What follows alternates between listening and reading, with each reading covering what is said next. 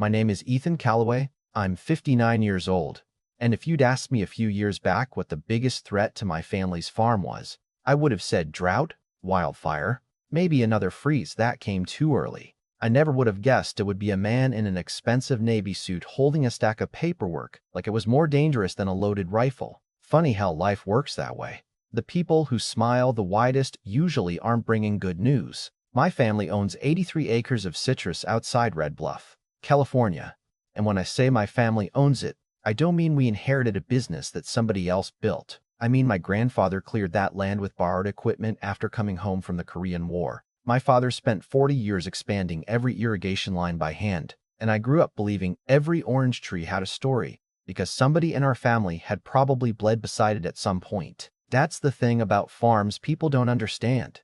They see acreage, we see birthdays, funerals, first kisses, arguments, Sunday dinners, and memories planted deeper than the roots. Every morning starts the same for me. Coffee before sunrise, boots on before the second cup, then a slow drive through the groves while the valley is still quiet enough to hear irrigation sprinklers clicking across the rows. I know every bend and every pipe, every tree that always ripens first, every fence post that's leaned just a little too far for the last 20 years. My wife, Linda, likes to joke that if somebody blindfolded me and dropped me anywhere on that property, I'd still find my way home by the smell of the soil alone. She's probably right. We'd been married 34 years, raised 2 daughters there, buried my parents under the old oak overlooking the western orchard, and I honestly believed I'd spend the rest of my life doing exactly what I'd always done.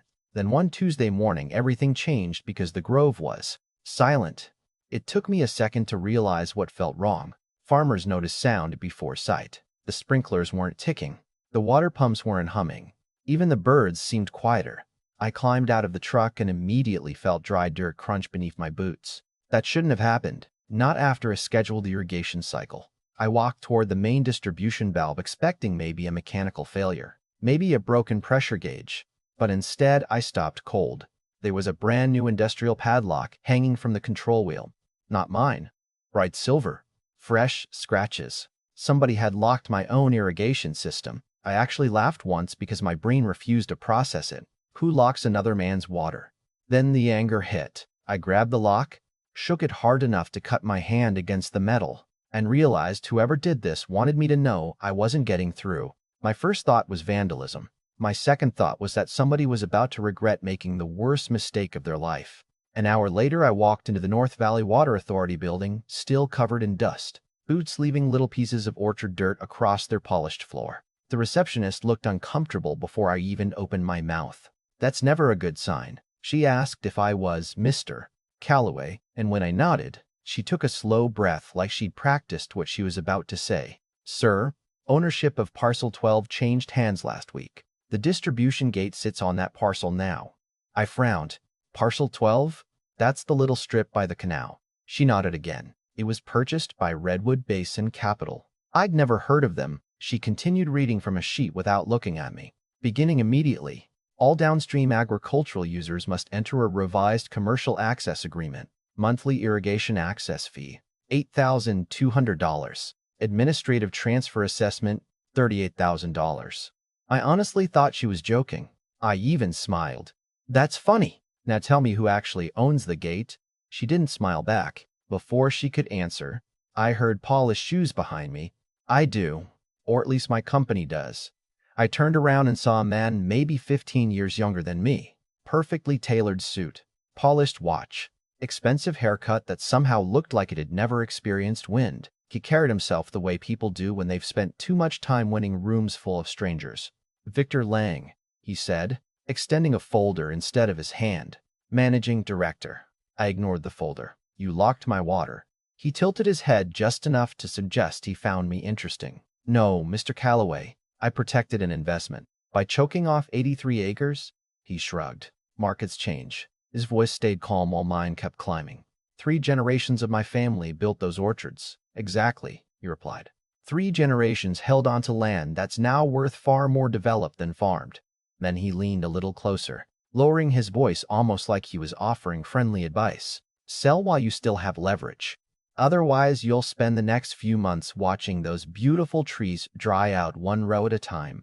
I've been threatened before. Every farmer has. Banks threaten. Weather threatens. Politicians threaten. But there was something different about hearing another man calmly describe the death of trees my grandfather planted with his own hands. I wanted to hit him. God knows I wanted to. Instead, I looked him straight in the eye and said, "You ever plant anything in your life, Victor?" He blinked once.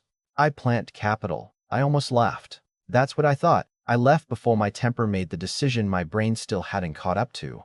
That night, Linda found me sitting alone inside the equipment barn long after sunset, surrounded by dusty shelves and old wooden crates I hadn't opened in years. She didn't ask many questions. She simply set a sandwich beside me, squeezed my shoulder, and quietly said, "Your grandfather always used to tell the girls that paperwork outlives people. Maybe tonight's the night you figure out what he meant."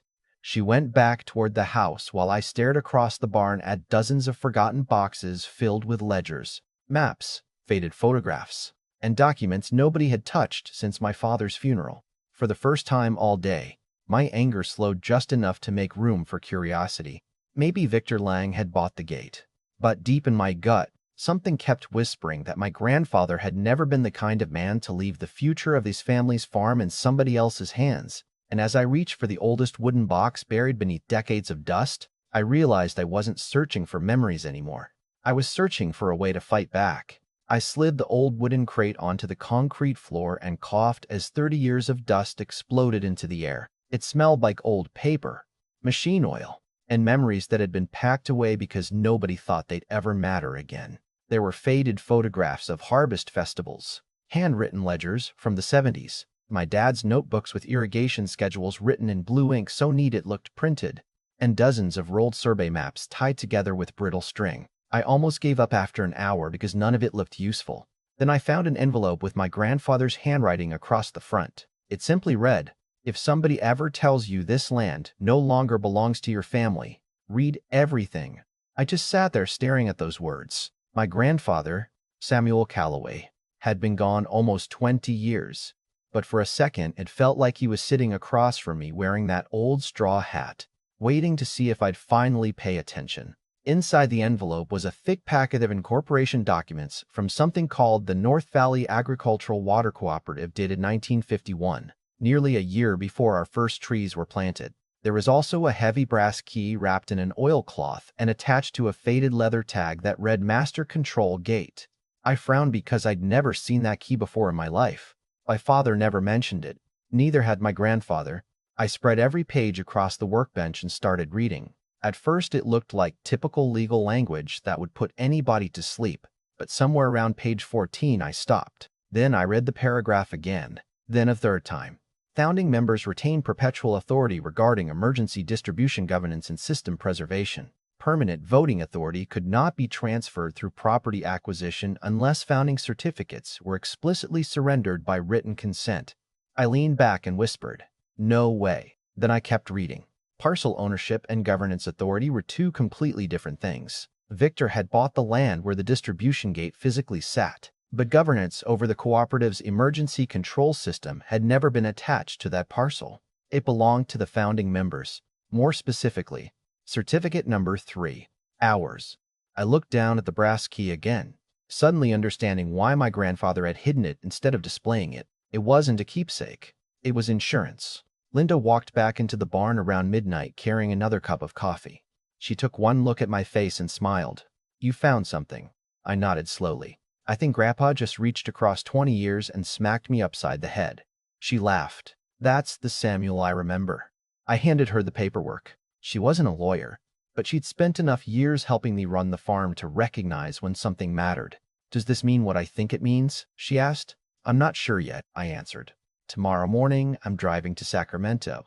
Less than 12 hours later, I was sitting across from Allison Pierce, an agricultural attorney I'd met years earlier during a water rights seminar. She listened without interrupting while I explained everything, occasionally stopping to examine another page through her reading glasses. Finally, she leaned back, folded her hands, and gave me a look I'd never forget. "Mr. Calloway, either someone at Redwood Basin Capital never performed proper due diligence." She paused just long enough for the suspense to become painful, or they assumed nobody alive knew these documents still existed. I felt my pulse quicken. "Can they legally charge me?" Not if these documents are authentic. Can they lock my water? She smiled. That's actually the interesting part. She tapped the brass key resting on her desk. Technically, no. My heart was pounding now. Then why hasn't anyone stopped them? Allison shrugged. Because nobody challenged them. She made several phone calls while I waited. One was to the cooperative archives. Another was to the county recorder. By lunchtime, she had every answer we needed. Every document checked out. Every signature matched. Every amendment over 70 years had preserved founding authority exactly as my grandfather intended. Victor hadn't stolen the system. He'd misunderstood it. There was a difference.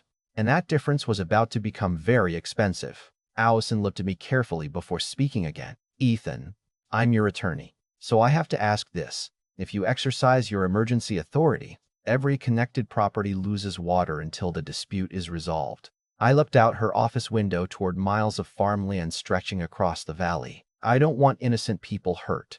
Neither do I, she nodded. But understand this. Victor already weaponized the system. You're not starting a fight. You're deciding whether to end one. I drove home in silence, replaying those words over and over. Linda met me in the driveway. Well, she asked. I held up the brass key. Turns out Grandpa wasn't just growing oranges. That evening we invited our daughters over for dinner. Emily taught 4th grade 30 minutes away, and Sarah worked as a nurse in Reading. Neither of them knew anything about the cooperative. I spread the documents across the dining room table exactly the way I'd done in the barn. Emily looked confused. Dad, are you saying one old key can stop a billion-dollar company? I smiled. No. Then I slid the certificate beside it. I'm saying your great-grandfather helped build something they never understood. Sarah shook her head. So what happens now? I answered honestly. Now I decide whether protecting our family means hurting everyone else for a little while. Nobody spoke for several seconds. Finally, Linda reached across the table and took my hand. Your grandfather trusted you enough to leave this behind. Don't dishonor that by being afraid to use it. 3 nights later, I parked beside the original headworks just after 11. The place hadn't changed much since I was a kid. The concrete was cracked. The control house still smelled faintly of wet steel and old grease. Moonlight reflected off the canal while crickets filled the silence. I unlocked the outer maintenance gate using a temporary authorization Allison had secured that afternoon. Every step echoed louder than the last. I wasn't excited. I wasn't angry anymore either. Mostly I felt heavy. Because once I turned that key, there wouldn't be any going back. I reached the master control housing and wiped decades of dust from the brass lock. It fit perfectly. Of course it did. My grandfather probably held this same key in these same hands half a century earlier. I inserted it slowly. This one's for you, Grandpa, I whispered. Then I turned it. The mechanism groaned before finally releasing with a deep metallic clunk that echoed through the concrete chamber. Warning lights flashed amber. Massive hydraulic gates began shifting somewhere beneath my feet. Water flow indicators across the control panel slowly dropped. 80%, 60, 40, 20, then 0. The canal kept moving, but every agricultural branch connected through the cooperative shut down simultaneously. I stood there another minute making sure everything completed exactly as the bylaws described before locking the housing again. The next morning, I didn't hide. I drove straight to the cooperative administration office with Allison beside me. By 8:30, Victor Lang stormed into the conference room looking like he hadn't slept. What the hell did you do? He snapped before he'd even sat down. Allison calmly placed certified copies of the founding documents in front of him. Mr. Lang, perhaps you should start reading. He shoved the papers aside. You shut down 400 acres of commercial production. I finally spoke. No, Victor. I exercised authority your lawyers never bothered to look for. His confidence cracked just enough for me to notice. This is extortion. Allison answered before I could. Actually, your unauthorized restriction of a founding member's access may fit that definition much better. Victor's face changed. It wasn't fear yet, but arrogance had definitely left the room before anyone could say another word. His phone started vibrating, then another call, then another. He ignored the first 3. By the 6th call, he answered. I couldn't hear the other voice, but I watched every ounce of color disappear from his face as he quietly whispered, "What do you mean every southern block is dry?" Then a second call came in, then a third, and for the very first time since we'd met, Victor Lang looked less like the man who owned the valley, and more like a man who had just realized he'd been standing on borrowed ground all along. For the next 18 days, I never celebrated once. People imagine revenge feels exciting, but the truth is it mostly feels heavy. Every morning I still walked my own orchard before sunrise, even though my irrigation rights had been legally protected by the emergency order. The trees looked healthier than they had in weeks, yet I couldn't ignore what was happening across the valley. News helicopters started circling overhead. Agricultural reporters camped outside the cooperative offices. Every day, another headline appeared about delayed harvests, breached supply contracts, and mounting financial losses. Redwood Basin Capital had built its entire business model around controlling access instead of earning trust. And now every hour without a resolution cost them another fortune. I later learned they burned through well over $400,000 in penalties before the second week ended, and that number didn't even include the lawsuits their own investors started threatening. Funny thing about people who worship leverage, they rarely think about what happens when someone else finds a bigger one. Victor called me 5 times before I finally answered. The first 4 voicemails sounded angry. By the 5th, the anger was gone. "Ethan, we need to talk." That was it. No threats. No speeches. Just 4 words spoken by a man who suddenly understood that expensive lawyers couldn't negotiate with 70-year-old bylaws.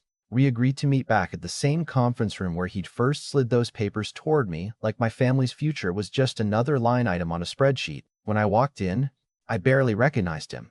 The tailored confidence was gone. His tie hung loose. Dark circles sat under his eyes, and the polished smile had disappeared completely. He stood when I entered, something he hadn't bothered doing the first time. "Mr. Calloway," he said quietly. I looked at him for a second before sitting down. "That's a different greeting than last month." He gave a tired little smile. "I've had time to rethink a few things." Allison sat beside me without saying a word. She didn't need to. The paperwork already waiting on the table told the whole story. Victor slid the first document toward me. "Redwood Basin Capital will immediately remove every physical restriction placed on your irrigation system." Another document followed. "All monthly access fees are permanently withdrawn." Then another. "Your family will receive a 25-year guaranteed water access agreement at the original cooperative rate, adjusted only under founding member provisions." I kept reading. Maintenance responsibilities shifted entirely back to the company. Legal claims against my family were waived. Future governance disputes required unanimous cooperative review instead of unilateral commercial action. It was, frankly, everything we'd hoped for and probably more than Victor wanted to give. I looked up. "Why?" He stared out the window for a long moment before answering. "Because I finally realized I wasn't fighting a farmer." I raised an eyebrow. He shook his head slowly. "I was fighting a family that actually understood what ownership means." There was no sarcasm left in his voice, just exhaustion. I signed the agreement. Allison signed as witness. Victor signed last. The room became strangely quiet after the final signature, almost as if all 3 of us understood that something much bigger than a legal dispute had just ended. As he gathered his papers, I stopped him. "Victor." He turned around. "Can I ask you something?" "Sure." I folded my hands on the table. "When you first met me, did you really think I'd sell?" He let out a slow breath. "Honestly, I'd rather hear an honest answer than a polite one." He nodded. "Yes. Every model we ran said independent farms eventually fold under enough pressure. We assumed you'd calculate the numbers, not the memories." I smiled because, for the first time, I believed him. "That's the mistake." He frowned slightly. "Which one?" "You were measuring acreage." I looked toward the hills beyond the conference room window where generations of families had built lives long before investment firms ever noticed the valley. "We were protecting home." He didn't have a response for that. He simply nodded once and quietly walked out of the room. A week later, I stood beneath the same old oak tree where my parents were buried, watching fresh irrigation water flow through the western grove again. The sprinklers clicked their familiar rhythm across rows of orange trees glowing in the late afternoon sun. And, for the first time in months, everything sounded the way it was supposed to. Linda walked over carrying 2 glasses of iced tea. "Your grandfather would have enjoyed this," she said. I laughed. "No, he'd probably complain I took too long to find that box." She laughed with me because she knew it was true. I still keep that brass key today, although it doesn't hang in a display case. It sits inside the same weathered wooden box where my grandfather left it, along with the note that changed everything. Every once in a while, my grandkids ask why I never polished it. I tell them some things aren't valuable because they shine. They're valuable because somebody trusted you enough to leave them behind. Now here's what I'd genuinely like to know from all of you watching. Was Victor simply doing business the way modern corporations always do? Or did he cross a line the moment he tried to force a family off land they'd cared for over 3 generations? And if you had been standing where I was, would you have turned that key, knowing innocent people would temporarily feel the consequences? Or would you have searched for another way? Let me know down in the comments because I'm honestly curious where you draw that line. And if this story made you think, don't forget to like the video, subscribe to the channel, and share it with someone who believes some things are worth protecting no matter how powerful the person standing across the table might be.